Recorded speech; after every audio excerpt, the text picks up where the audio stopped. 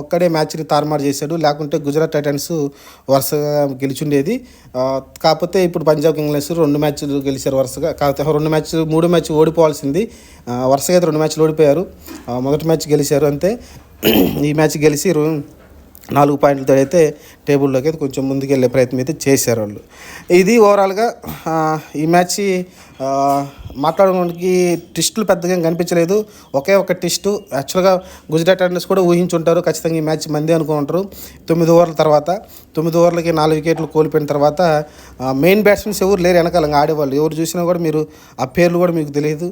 కాబట్టి అసలుకి ఆడేవాళ్ళు ఎవరు లేరు కాబట్టి ఆల్మోస్ట్ విన్నింగ్ అనుకుని ఉంటారు గుజరాత్ టైటన్స్ అయితే. కానీ అన్ఫార్చునేట్‌గా అయితే శశాంక్ సింగ్ ఆడిన ఇన్నింగ్స్ ఇంకొక కొత్త కుర్రాడు బయటకు వచ్చి కుర్రాడేం కాదు ఆల్మోస్ట్ 32 ఇయర్స్ ఉన్నాయి. అయితే అతనైతే మంచి ఇన్నింగ్స్ ఆడి మ్యాచ్ అయితే గెలిపించి పెట్టాడు.